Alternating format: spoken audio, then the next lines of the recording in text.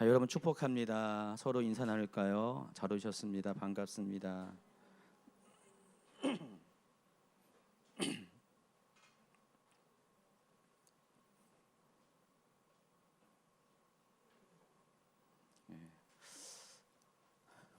맨날 원고를 가지고 했는데 여기가 너무 좁아가지고요. 원고가 껴가지고 도저히 안 되겠어요. 가지고 마이크를 이제 띄었습니다. 대신에 이제 예, 또 원고도 이제 태블릿으로 바꿨어요. 바꾸니까 좀 당분간은 익숙해질 필요가 있는 것 같습니다. 제가 이 마이크를 뗀 이유가요. 지난 금요일날 조우에 앉아서 봤는데 최 목사님이 이렇게 하고서 하더라고요. 그래서 몰랐는데 그런 거였구나 해서 이제 마이크를 띄웠습니다. 다음에 띄세요. 자, 오늘 말씀은 에베소서 1장 1절부터 14절까지 말씀입니다. 한번 같이 읽어볼까요? 우리 주 예수 그리스도의 하나님 아버지를 찬양합시다. 하나님께서는 그리스도 안에서 하늘에 속한 온갖 신령한 복을 우리에게 주셨습니다. 하나님은 세상 창조 전에 그리스도 안에서 우리를 택하시고 사랑해 주셔서 하나님 앞에서 거룩하고 흠이 없는 사람이 되게 하셨습니다. 하나님은 하나님의 기뻐하시는 뜻을 따라 예수 그리스도를 통하여 우리를 하나님의 자녀로 삼으시기로 예정하신 것입니다. 그래서 하나님이 하나님의 사랑하시는 아들 안에서 우리에게 거저 주신 하나님의 영광스러운 은혜를 찬미하게 하셨습니다. 우리는 이 아들 안에서 하나님의 풍성한 은혜를 따라 하나님은 우리에게 모든 지혜와 총명을 넘치게 주셔서 그리스도 안에서 미리 세우신 하나님이 기뻐하시는 뜻을 따라 하나님의 신비한 뜻을 우리에게 알려주셨습니다. 하나님의 계획은 때가 차면 하늘에 땅에 있는 모든 것을 그리스도 안에서 그분을 머리로 하여 통일시키는 것입니다. 하나님은 그리스도 안에서 우리를 상속자로 삼으셨습니다. 이것은 모든 것을 자기의 원하시는 뜻대로 행하시는 분의 계획에 따라 미리 정해진 일입니다. 그것은 그리스도께 맨 먼저 소망을 둔 우리로 하여금 하나님의 영광을 찬미하는 사람이 되게 하시려는 것입니다. 여러분도 그리스도 안에서 진리의 말씀 곧 여러분을 구원하는 복음을 듣고서 그리스도를 믿었으므로 약속하신 성령의 나련을 받았습니다. 이 성령은 하나님의 소유인 우리가 완전히 구원을 받을 때까지 우리의 상속의 담보이시며 우리로 하여금 하나님의 영광을 찬미하게 하십니다. 아멘. 드디어 4월이 됐습니다. 제가 3월 되면은 이제 봄이 오면서 다 좋아지지 않았는데 여전히 추위가 있었고 여러 가지 해결되지 않은 그런 문제들이 있었는데 4월이 되면서 많은 것들이 이제 바뀌는 것 같습니다. 봄의 기운을 더 확연히 느낄 수가 있습니다. 제가 아파트 창문에서 전에는 저희가 좀 약간 중간층에 살아서 잘 몰랐는데 이번에 이사한 집은 3층이에요. 딱 3층에서 보니까 정원이더라고요. 가지고 꽃몽오리가 막 피고 목련인가요? 하얀 거? 그것도 이제 반쯤 몽오리가 올라왔어요. 그래서 이제 완전히 봄이구나. 물론 일교차가 있지만은 지금이야말로 정말 만물이 소생하는 바야흐로 봄이라는 것을 느꼈습니다. 여러분 봄은 이제 스프링이잖아요. 용수철처럼 모든 것이 솟아오르는 시즌인데 여러분의 삶에도 다 모든 것이 솟아오르는 그런 놀라운 일들이 되기를 예수님 축원합니다. 자, 영적으로도 이 봄은 구원이 시작되는 계절이기도 합니다. 영적인 관점에서 보면은 이 봄절기는 구원의 씨를 뿌리는 시즌이에요. 그리고 가을절기는 구원이 완성되는 추수의 절기입니다. 뭔 말을 하는지 잘 이해 못하는 분들 계시는데 이것을 이해하기위해서는 우리가 이스라엘의 절기 제도에 대해서 약간 좀 아셔야 됩니다. 저기 표에 이렇게 그려진 것처럼 이스라엘의 절기는 크게 이제 두 그룹으로 나눕니다. 봄절기와 가을절기인데 봄절기는 유월절, 무교절, 또 초실절이 봄절기에 해당하고요. 또 가을절기는 나팔절, 대속제일, 장막절입니다. 그리고 중간에 오순절이 끼어 있습니다. 오순절은 이제 여름절기입니다. 그런데 이 이스라엘의 이 7대 절기는요, 모두가 다 예수님의 사역, 그리스도의 사역과 깊은 관련이 있습니다. 절기들 모두 그리스도의 사역을 예표하기 때문에 그렇습니다. 먼저 이 봄절기는요, 먼저 6월절에 예수님께서 6월절 어린 양으로 오셨습니다. 여러분, 6월절에 어린 양을 드리는 게 뭐죠? 여러분의 죄를 대속하기 위해서 드리는 것이 6월절 어린 양입니다. 예수님은 정말로 6월절에 맞춰서 6월절 그날에 어린 양처럼 사람들의 죄를 대속하기 위해서 십자가에서 피를 흘리시고 죽으셨습니다. 또 무교절 기간 동안에는 무덤에 계셨다가 초실절 새벽에 부활의 첫 열매가 되셔서 드디어 구원의 문을 열어주셨습니다. 그러니까 예수님의 십자가 지심이 구원의 시작이에요. 또 예수님은 가을절기가 시작되는 나팔절에 맞춰서 세상을 심판하기 위해서 구름을 타고 다시 오실 것입니다. 이때 성도의 휴거가 있을 것입니다. 또 대속죄를 거쳐서 천년왕국을 상징하는 장막절에는 예수님이 메시아 왕국을 직접 통치하게 될 것입니다. 그리고 그 중간에 여름절기인 오순절이 있는데 이 오순절에는 성령님이 오셨습니다. 여러분, 성도의 구원은 6월절로 시작해가지고 장막절에 걸쳐서 완성이 되는 것입니다.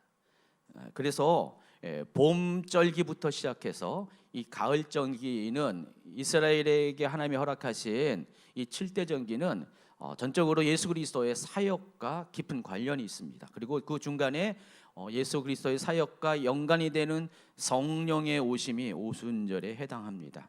그래서 봄 시즌은 그리스도의 사역을 통해서 사역을 통한 성도의 구원이 시작되는 절기에 해당합니다. 이제 다음 주면 우리가 고난 주간을 시작해요. 우리 교회도 일주일 동안 5일 동안 이제 고난 주간 특별 기도회를 할 겁니다. 또 2주 후에는 이제 부활절이 찾아옵니다. 그러고 보니까 부활절 설교도 제가 해야 되네요. 이제 바야흐로 이제 구원의 시즌이 시작되었습니다. 그래서 지금까지 설명한 같이 영적 구원은 물론이고 이 삶의 구원도 시작되는 이 봄절기의 축복이 있어요. 여러분이 봄절기의 축복을 마음껏 누리시기를 다시 한번 예수님을 축원합니다. 영혼의 식물들은요, 겨울 동안은 마치 죽어 있는 것처럼 가지가 앙상하게, 어떤 나무는 아주 회색빛에 거칠거칠한 피부가 막 벗겨진 것 같은 그런 게 보기에 안 좋은 모습으로 겨울을 지내게 됩니다. 만약에 겨울이 쭉 가면은요, 그 모습 그대로 살겠죠.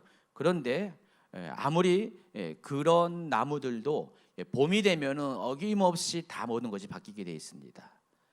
가지가 연해지고요, 또 싹이 나기 시작하고 봉우리가 피어오르면서 드디어 이제 생명이 있다라는 그 기운이 나타내 보이기 시작합니다. 우리가 이제 우리의 인생도 겨울을 지날 때가 많이 있잖아요. 지금까지 여러분의 삶에 혹 지금까지 살아온 것이 이제까지 살아온 것이 겨울 시즌이었다면은요, 이제 우리 날씨도 봄이 되었고 또 영적인 그런 시즌도 이제 봄이 되듯이 여러분의 삶에도 인생의 고난을 다 통과한 후에 이제 봄의 시즌을 맞이하는 여러분이 되기를 다시 한번 축원합니다. 아마도 이제 소망의 싹도 이제 피어날 것 같습니다. 그렇죠? 여러분의 인생의 꽃도 이제는 피어나야 되잖아요. 그리고 마침내 열매까지 맺어지기를 다시 한번 축원합니다. 제가 오늘 축원한다는 말을 정말 많이 했습니다. 어쨌든 축원합니다. 사도 바울은 오늘 말씀인 에베소서 통해서 특별히 1장 3절을 통해서 구원받은 성도들이 하나님 아버지를 찬송하는 이유에 대해서 다음과 같이 이야기합니다. 한 번 더 1장 3절을 읽도록 하겠습니다. 이번에는 개역개정을 읽겠습니다. 찬송하리로다 하나님 곧 우리 주 예수 그리스도의 아버지께서 그리스도 안에서 하늘에 속한 모든 신령한 복을 우리에게 주시되 그랬습니다. 우리가 하나님을 찬송하는 이유가 있습니다. 하나님께서 구원받는 성도들에게 그리스도 안에서 하늘에 속한 모든 신령한 복을 여러분에게 주셨기 때문에 그렇다는 것입니다. 자, 그런데 이 복은 이 땅에 속한 것이 아니라 하늘에 속한 복이라고 그랬어요. 그리고 온갖 복이라고 그랬어요. 모든 복, 하늘에 속한 모든 복을 여러분에게 주셨기 때문에 여러분은 당연히 찬송을 해야 된다는 것입니다. 이어지는 4절부터 6절에는요, 그 복의 내용이 어떤 것인지를 다음과 같이 소개합니다. 한 번 더 읽습니다. 하나님은 세상 창조 전에 그리스도 안에서 우리를 택하시고 사랑해 주셔서 하나님 앞에서 거룩하고 흠이 없는 사람이 되게 하셨습니다. 하나님은 하나님의 기뻐하시는 뜻을 따라 예수 그리스도를 통하여 우리를 하나님의 자녀로 삼으시기로 예정하신 것입니다. 그래서 하나님이 하나님의 사랑하시는 아들 안에서 우리에게 거저 주신 하나님의 영광스러운 은혜를 찬미하게 하셨습니다. 제가 빨간색으로 하이라이트 된 것이 하나님께서 여러분에게 주신 복입니다. 그리고 저 복 때문에 여러분은 하나님을 찬송해야 된다는 것입니다. 첫 번째, 하나님께서는 세상을 창조하기 전에 그리스도 안에서 우리를 택하시고 사랑해 주셨습니다. 또 하나님 앞에서 거룩하고 흠이 없는 사람이 되게 하셨습니다. 여러분이 구원을 받았다는 것은 이런 의미가 있습니다. 하나님 앞에서 거룩하고 흠이 없는 사람이 되었다는 것입니다. 구원은 이런 의미가 있습니다. 여러분은 이전에 여러분은요, 자신의 죄와 허물로 인해서 죽었던 사람이었습니다. 이런 사람을 가리켜서 죄인이라고 이야기합니다. 그러니까 영적으로 여러분은 죽어있던 사람입니다. 그렇지만 이제 여러분은 예수 그리스도 안에서 그분의 의로 말미암아 의로운 사람으로 다시 태어났습니다. 중생했다고 말하고요, 이제 여러분이 의인이 되었다라고 말할 수 있습니다. 에베소서 2장 1절부터 5절은 이 사실을 더 자세히 설명해 줍니다. 에베소 2장 1절부터 3절입니다. 여러분도 전에는 허물과 죄로 죽었던 사람들입니다. 그때 여러분은 허물과 죄 가운데서 이 세상의 풍조를 따라 살고 공중의 권세를 잡은 통치자, 곧 지금 불순종의 자식들 가운데서 작용하는 영을 따라 살았습니다. 우리도 모두 전에는 그들 가운데서 육신의 정욕대로 살고 육신과 마음이 원하는 데 행하였고 나머지 사람들과 마찬가지로 날 때부터 진노의 자식이었습니다. 예수 그리스도 안에서 구원받기 이전에 죄인이었던 여러분의 모습이 이와 같다라는 것입니다. 허물과 죄로 죽었고 날 때부터 진노의 자식, 심판을 받을 사람이었다는 것입니다. 자, 그런데 4절, 5절은 이런 우리를 어떻게 하나님이 변화시켰는지를 이렇게 설명합니다. 그러나 하나님은 자비가 넘치는 분이셔서 우리를 사랑하신 그 크신 사랑으로 말미암아 범죄로 죽은 우리를 그리스도와 함께 살려주셨습니다. 여러분은 은혜로 구원을 얻었습니다. 그 결과 여러분은 하나님 앞에 설 수 있는 거룩한 사람이 되었다는 것입니다. 여러분, 히브리적 개념에서 거룩은 분리를 의미합니다. 그래서 거룩하다라는 단어는 구별하다라는 단어로 또 사용을 하고 있습니다. 여러분, 거룩한 사람이 되었다는 것은 하나님 앞에서 특별한 사람이 되었다는 것입니다. 하나님의 관계가 특별한 관계가 되었다는 것입니다. 전에는 여러분, 구원받기 전에는요, 죄로 인해서 죽었을 때, 영적으로 죽어있을 때 여러분은요, 하나님과 상관없는 사람이었어요. 믿음 밖에 있는 사람이었어요. 에베소서 표현에 하면은 저 먼 곳에 있는 사람이었습니다. 그래서 하나님 보시기에 여러분은 특별한 존재가 아니었어요. 세상 사람들과 특별한 차이가 없는 사람이었습니다. 다른 사람들과 똑같이 여러분은 날 때부터 죄인이었고 진노의 자식이었고 결국 심판받아 지옥에 갈 사람이었습니다. 그렇지만 하나님은 예수님의 십자가 보혈을 통해서 그리스도 안에서 여러분을 특별한 존재가 되게 하셨다는 것입니다. 그것이 하나님 앞에 흠도 없고 점도 없는 사람이 되게 하셨다는 것입니다. 그래서 여러분은 전에는요, 어딜 가든지 그냥 왔냐 하면서 신경도 안 쓰는 사람이었는데 이제는 하나님 나라에서 VIP가 된 거예요. Very important person이 됐습니다. 매우 중요한 사람이 되었습니다.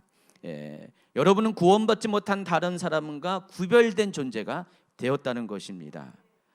이것을 믿고 신뢰합니까? 이것을 믿고 신뢰하는 그 믿음의 분량만큼 여러분의 존재 가치도 업그레이드 될 겁니다.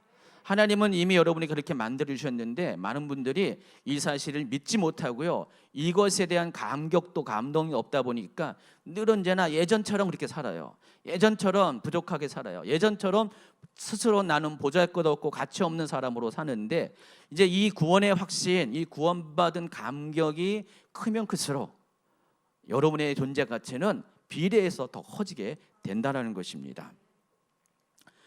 이것이 여러분이 하나님을 받은 복의 첫 번째 복의 내용이에요. 그리고 여러분이 하나님을 그렇기 때문에 찬송해야 될 이유라는 것입니다. 여러분이 구원받은 이 사실 하나 때문에 하나님 앞에 찬송을 드릴 수가 있습니까? 날마다 여러분의 삶이 하나님을 찬송하는 사람이 될 수 있습니까? 그건 여러분 정말 구원의 감격 가운데 살아가고 있는 사람입니다. 이제 봄이 되면서 여러분이 그 감격을 회복하길 바랍니다. 다시 한번 여러분의 마음을 구원의 감격 안으로 여러분 스스로가 끌고 들어가시기 바랍니다. 한 가지 더 알아야 사실은 그 모든 것이 하나님의 은혜라는 것입니다. 여러분의 공로가 아닙니다. 단지 여러분을 불쌍히 여기시는 하나님의 은혜로 인한 것이라는 사실을 아시기 바랍니다. 에베소서 2장 8절 9절 같이 있습니다. 여러분은 믿음을 통하여 은혜로 구원을 얻었습니다. 이것은 여러분에게서 난 것이 아니요 하나님의 선물입니다. 행위에서 난 것이 아닙니다. 그러므로 아무도 자랑할 수 없습니다.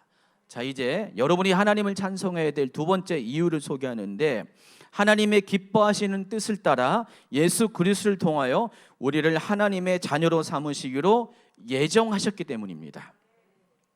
자, 이전 개역 한글 번역에 보면은 이 하나님의 자녀를 하나님의 아들들, 자기의 아들들이 되게 하셨다라고 이야기합니다. 실제로 이 단어의 헬라어적 의미는요, 양자 입양을 가리키는 법적인 용어예요. 하나님의 아들이 되었다는 것은 여러분이 원래 친아들이 아니었는데 양자로서 이제 아들의 신분을 얻게 되었다는 것입니다. 사도 바울은 로마서 8장 14절부터 17절에서 이 부분을 성령의 사역과 관련해서 다음과 같이 풀어줍니다. 한번 또 읽어볼까요? 무릇 하나님의 영으로 인도함을 받는 사람은 곧 하나님의 아들이라. 너희는 다시 무서워하는 종의 영을 받지 아니하고 양자의 영을 받았으므로 우리가 아빠 아버지라고 부르짖느니라. 성령이 친히 우리의 영과 더불어 우리가 하나님의 자녀임은 또한 상속자 곧 하나님의 상속자요 그리스도와 함께 상속자니 우리가 그와 함께 영광을 받기 위하여 고난도 함께 받아야 할 것이니라. 다른 번역에서는 이 상속자를 공동 상속자라고도 번역을 합니다. 이처럼 구원받은 성도는 하나님의 자녀가 됩니다. 그리고 하나님의 자녀가 될 뿐만 아니라 그리스도와 함께 하나님 나라를 상속받는 공동 상속자가 됩니다. 그래서 상속자의 그 권한이 뭡니까? 영광이 하나님의 그 특징이 뭡니까? 하나님의 모든 것을 다 누릴 수 있는 사람이 상속자예요. 하나님의 영광을 누릴 수 있는 사람. 여러분, 단지 영적인 선물만 아니라 또 하나님의 자녀의 권세도 받게 되었습니다. 자, 마태복음 7장에서 예수님은 기도에 대해서 가르쳐 주시면서 우리 기도가 응답될 수밖에 없는 이유에 대해서 말해 줍니다. 그 이유가 여러분은 바로 하나님의 자녀이기 때문에 그래요.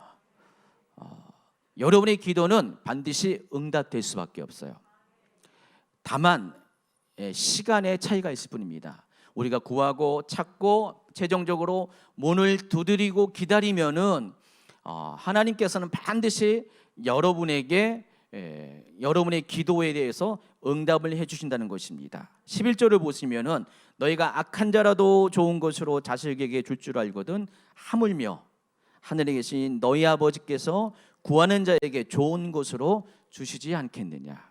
하물며 악한 자도 자식에게 주는데 하나님 아버지는 우리를 너무 사랑하시는 분이신데 그 하나님께서 그 사랑하는 자녀들에게 더 좋은 것, 가장 좋은 것, 모든 것으로 여러분에게 주신다는 것입니다. 이게 자녀의 권세예요. 그리고 우리가 이런 자녀의 권세를 가지고 살아가는 것이 하나님의 영광에 참여하는 것이라는 것입니다.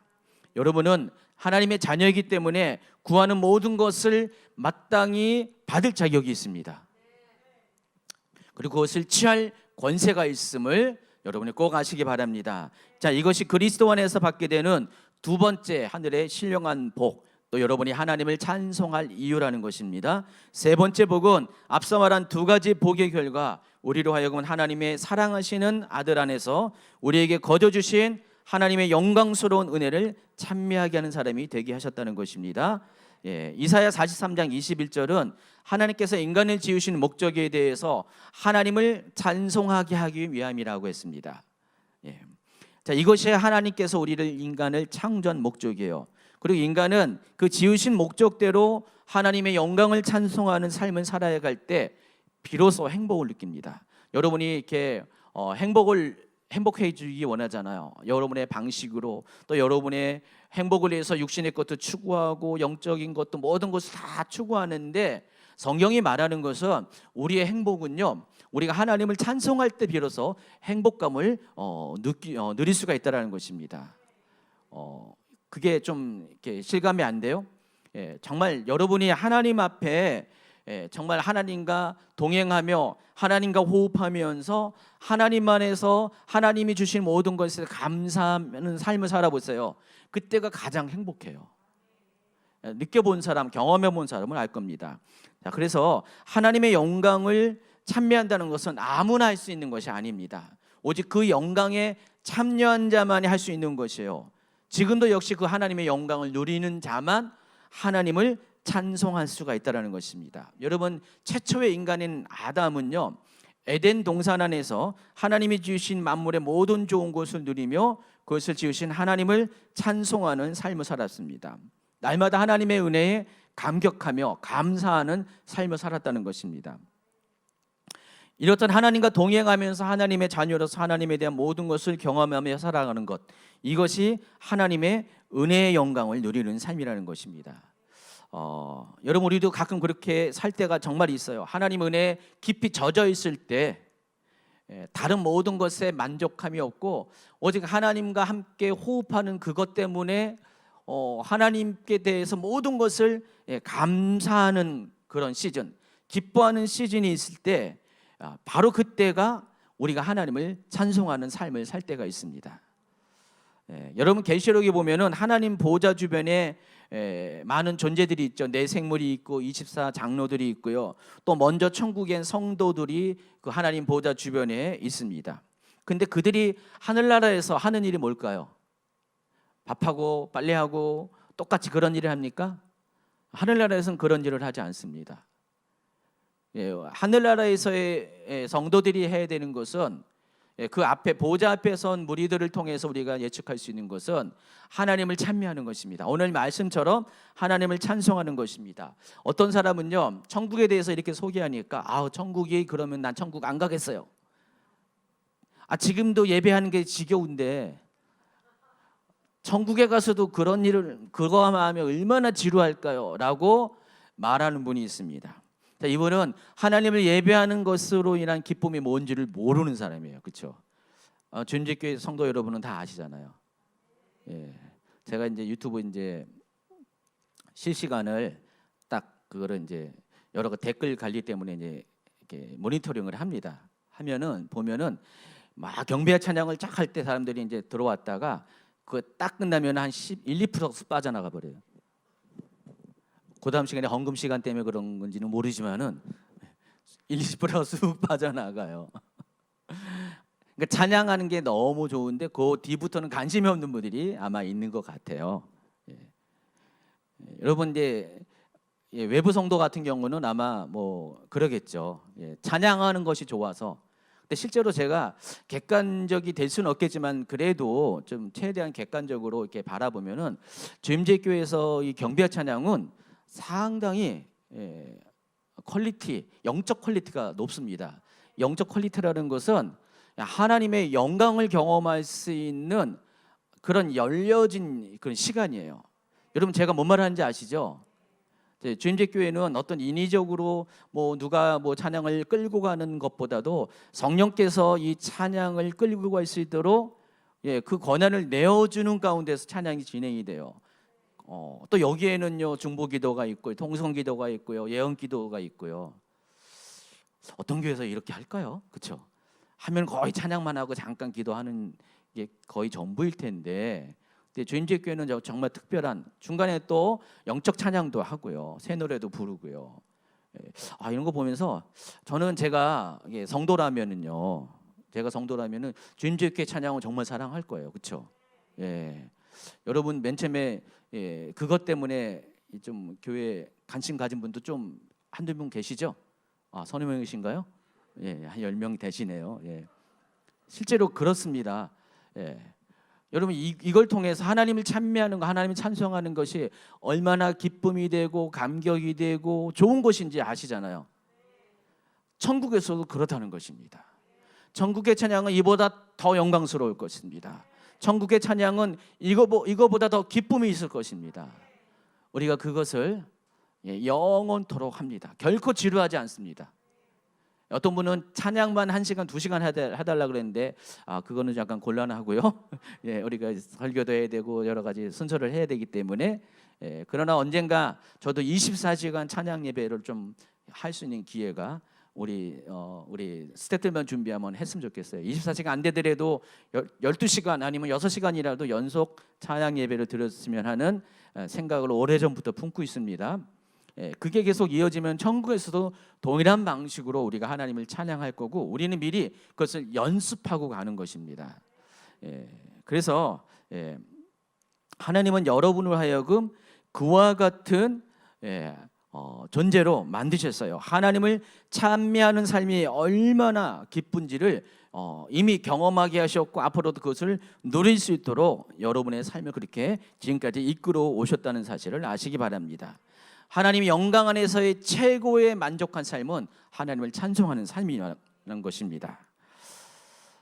그래서 오늘 이제 읽어드린 이 본문에 봐도 3절부터 14절까지만 봐도 하나님의 영광을 찬미하게 하셨다라는 표현이 무려 3번씩이나 나옵니다.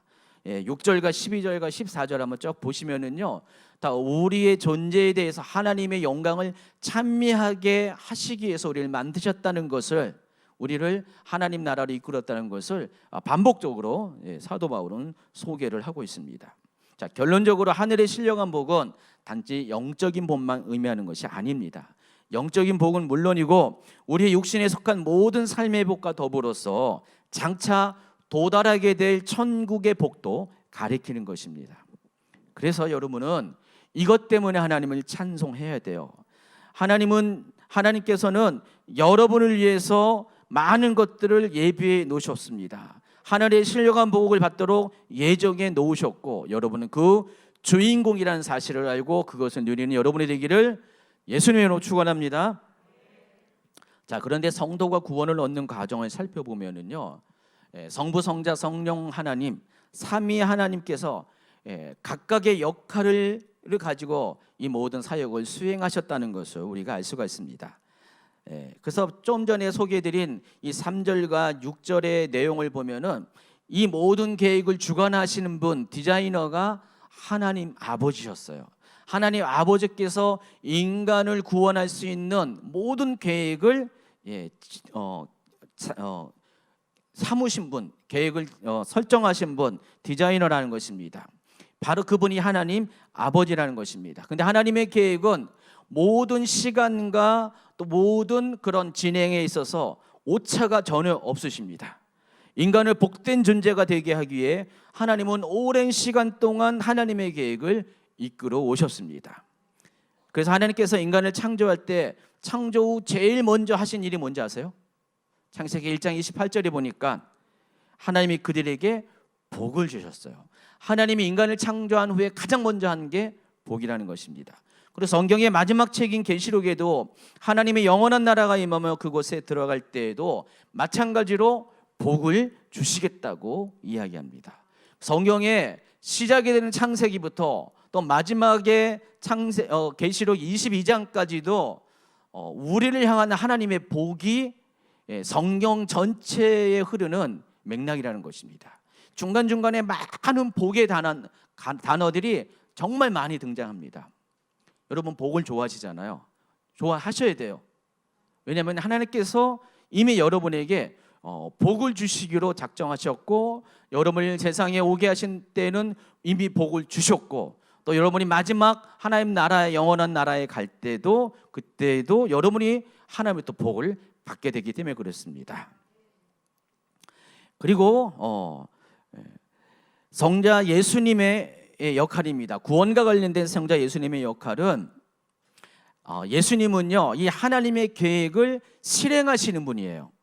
하나님은 계획을 만드신 분이고 예수님은 하나님의 구원 계획에 따라서 그 모든 계획을 실행하시는 분이 예수님이라는 것입니다. 그래서 성도의 구원과 세상의 하나됨은 모두가 다 그리스도 안에서 이루어집니다. 여러분, 이 에베소서는요 크게 두 가지 주제를 갖고 있어요. 구원론과 교회론을 다루고 있습니다. 물론 다른 영적인 것에 대한 영적 전쟁에 관한 메시지도 후반부에도 있긴 하지만은 크게 나누면은 에베소서는 성도의 구원에 관한 그 원리를 설명하고 또 그리스도 안에서 하나 된 교회에 대해서 설명을 합니다. 자, 그런데 이 에베소서에는요 여기저기에 정말 많은 곳에서 한 가지 중요한 핵심적인 문구가 나옵니다. 그리스도 안에서라는 단어입니다. 헬라어로 엔 크리스토라는 단어가 정말 많이 나오고요. 오늘 본문이 속해 있는 에베소서 1장만 해도 11번씩이나 언급이 되고 있습니다. 한번 이렇게 쭉 볼까요?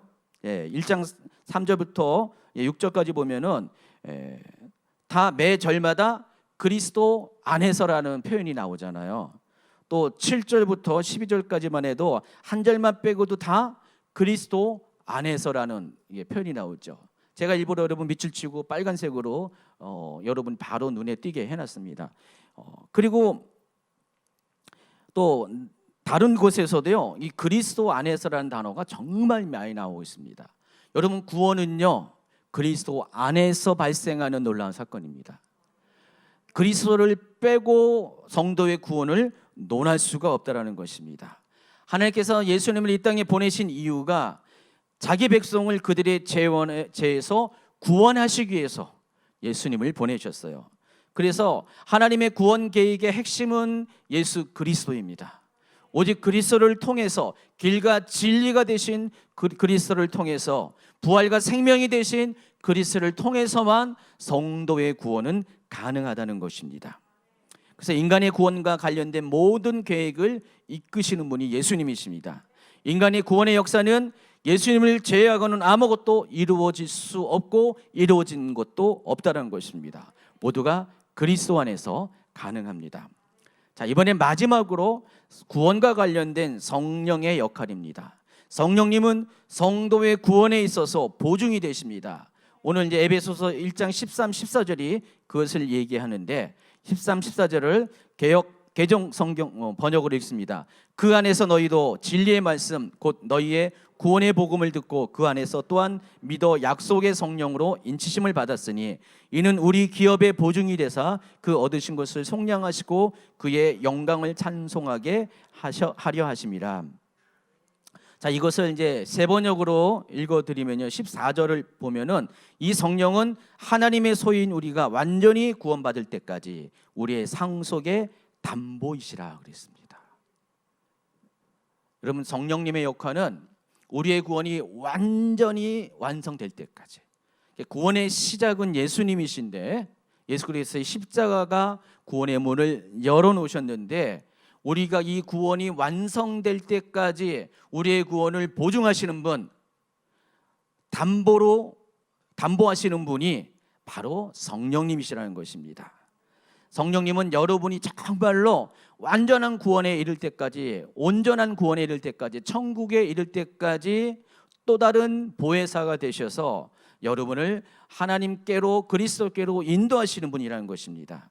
그래서 성도의 구원에 있어서 성령님은 보증이 되시고 중보자가 되시고 구원을 잃어버리지 않도록 도와주시는 분입니다. 자, 로마서 8장으로 가면은요 성령이 친히 우리의 영과 더불어 우리가 하나님의 자녀인 것을 증언한다 그랬습니다. 여러분이 믿음이 막 흔들릴 때가 있잖아요. 내가 정말 구원 받았나? 내가 하나님의 자녀인가? 내가 하나님의 자녀이면 내가 왜 이렇게 살지? 하나님 왜 하나님의 자녀라면서 저를 이렇게 팽개치시고요? 관심 없으세요? 라고 생각할 때 그때 성령님이 짠 나타나셔서 여러분의 구원을 확인시켜 주신다는 것입니다. 이와 같이 성령도 우리의 연약함을 도우시나니 우리는 마땅히 기도할 바를 알지 못하나 오직 성령이 말할 수 없는 탄식으로 우리를 위하여 친히 간구하시느니라. 마음을 살피시는 이가 성령의 생각을 아시나니 이는 성령이 하나님의 뜻대로 성도를 위하여 간구하심이라. 이것 말고도 많은 부분에서 구원과 관련된 성령의 그런 사역을 설명하는 표현들이 많이 있습니다. 여러분, 그래서 성도의 구원은요, 이렇게 하나님, 성부 하나님과 또 성자 예수님, 성령 하나님께서 연합을 통해서 성도의 구원을 완성시킨다는 것입니다. 성도의 구원은 이와 같이 하나님의 연합이 있습니다. 한 영혼을 한해서 하나님이 정말 연합하셔서 한 영혼을 살리시고자 한다는 것입니다. 이미 오래전부터 준비해 오셨고, 또 모든 것을 동원하면서 하나님은 한 영혼을 구원하기 위해서 치밀한 계획을 준비하시고 또 이루어 가신다는 것입니다. 그리고 하나님은 팀이 되어서, 삼위 하나님은 팀이 되어서 이것들을 감당하신다는 것입니다. 왜 그럴까요? 한 영혼이 너무나도 중하기 때문에 그렇습니다. 여러분, 한 영혼이 천하보다 귀하다는 표현을 많이 하는데 이 말이 뭔지 아십니까? 그거예요. 한 영혼이 천하보다 귀한 이유는 하나님께서는 처음부터 세상을 창조할 때, 모든 만물을 창조할 때 그 창조의 목적이 뭐냐? 사람을 위해서 만든 거예요. 여러분, 7일 동안의 창조 기간, 6일 동안의 창조 기간 동안에 사람을 만들기 전에 사람을 위한 모든 환경을 조성해 줬어요. 그게 사람 때문에 그래요. 한 영혼 때문에 그래요. 어떤 목사님이 그것을 역발상을 하셔서 이렇게 설명하더라고요. 만약에 하나님의 창조의 순서가 사람이 먼저 했으면 어떻게 될까? 생각해 보셨어요? 사람을 먼저 창조해 놓고 보면은 사람이 살 게 아무것도 없잖아요. 아마 여러분 창조하자마자 사람 바로 죽었을 거예요. 그렇죠? 근데 하나님은 사람이 살 수 있도록 가장 최고의 것으로, 최적의 것으로 준비해 놓고 사람을 창조했어요. 그래서 그 모든 것들은 사람을 위한 창조라는 것입니다. 한 영혼을 위해서 만드신 거예요. 그때는 한 영혼이었잖아요. 아담 혼자였잖아요. 그렇기 때문에 온 천하보다 귀한 이유가 바로 여기 있는 거예요. 온 천하는 사람을 위해서 준비해 놓은 것이기 때문에 그렇다는 것입니다. 그리고 하나님은 사람을 창조하실 뿐만 아니라 친히 아버지가 되어 주셨습니다. 여러분, 인간의 부모는 자신이 낳은 아이가 너무나 이쁘고 소중해요. 남들은요 봐도 객관적으로 약간 좀 그렇게 생겼는데 부모는요 항상 그래요. 보세요 얼마나 예뻐요 하면서, 제가 보기에도 별로 예쁜 건 아닌데 부모 눈에는 다 예뻐 보여요. 제 자식은 다 예뻐 보입니다. 고슴도치도 제 자식은 너무너무 사랑하잖아요. 그렇게 갑자기 박창강 집사님 서영이를 이렇게 지그시 보시는 너무 사랑한 서영아, 아빠가 너무너무 너를 사랑한대. 그렇다고 해서 서영이가 그렇다는 게 아니야. 객관적으로 예뻐. 그래. 그래서 사람은 정말 부모는 아이를 사랑할 수밖에 없어요. 내가 낳은 아이이기 때문에 한 가지 이유 때문에 아낌없이 무조건적으로 사랑한다는 것입니다. 그래서 비록 죄를 지어도 다른 사람이 비난하고 정죄할지라도 그 부모만큼은 끝까지 품어주고 용서하고 사랑해 준다는 것입니다. 이게 자녀를 향한 부모의 사랑입니다. 악인도 그렇게 해요. 하물며 하나님께서는요 어떠실까요? 하나님의 사랑은 인간의 사랑에 비교할 수 없을 만큼 우리를 너무너무도 사랑하십니다. 그래서 자신의 아들까지도, 친아들까지도 내어주시기까지 우리를 사랑하신다는 것입니다. 요한복음 3장 16절 보니까 하나님이 세상을 이처럼 사랑하사 독생자를 주셨으니 이는 그를 믿는 자마다 멸망하지 않고 영생을 얻게 하려 하심이라. 하나님이 그 아들을 세상에 보내신 것은 세상을 심판하려 하심이 아니요 그로 말미암아 세상이 구원을 받게 하려 하심이라. 하나님의 사랑은요 믿는 자마다 멸망하지 않고 영생을 하기 위해서, 세상을 심판하는 것이 아니라 예수 그리스도를 매매며 세상이 구원을 받게 하기 위해서 하나님의 가장 소중한 존재인 예수님을 우리에게 내어주셨다는 것입니다. 그래서 여러분, 이 십자가는 우리를 향하신 하나님의 사랑의 깊이를 설명하는 것입니다. 그 넓이를 설명하는 것이고 높이를 설명하고 있습니다. 하나님의 사랑과 긍휼하심이 우리 가운데 드러난 증거가 바로 예수 그리스도의 십자가라는 것입니다. 하나님은요, 우리 육신의 부모가 자식을 사랑하는 것 같이 우리를 사랑하지만은 그 정도의 수준이 아니라 모든 것을 다 온 천하를 동원하면서까지 우리를 사랑하십니다. 왜 한 마리의 1인 양의 비유가 나왔는지 여러분 기억하시기 바랍니다. 꼭 한 마리와 99마리가 아니라도 한 마리와 9,999마리가 된지언정 하나님은 한 영혼이 너무나 소중하기 때문에 끝까지 그 영혼을 구원하기 위해서 하나님의 수고를 결코 마다하지 않으신다는 것입니다. 바로 이것이 우리를 향하신 하나님의 계획입니다. 그러므로 그 같은 하나님의 계획을 아는 자, 그 같은 하나님의 사랑을 발견하는 자, 그 하나님의 마음을 받아들인 자가 복 있는 사람입니다. 그래야 여러분을 위한 하나님의 놀라운 계획, 여러분이 그리스도 안에서 온전한 구원을 받게 되는 일이 완성되도록 여러분은 하나님의 구원 계획에 동참하시기 바랍니다. 오늘 설교 제목이 성도의 구원을 위한 하나님의 계획이라고 했어요. 여러분, 하나님의 계획이 이러한 것을 오늘 다시 한번 확인하게 되었잖아요. 그래서 여러분 계속해서 나를 구원하신 하나님을 찬미하는 여러분이 되기 바랍니다. 앞으로 나를 하나님 나라의 영원한 복의 사람이 될 수 있도록 이끌어 주실 하나님을 찬송하는 여러분이 되시기를 다시 한번 축원합니다. 기도합니다.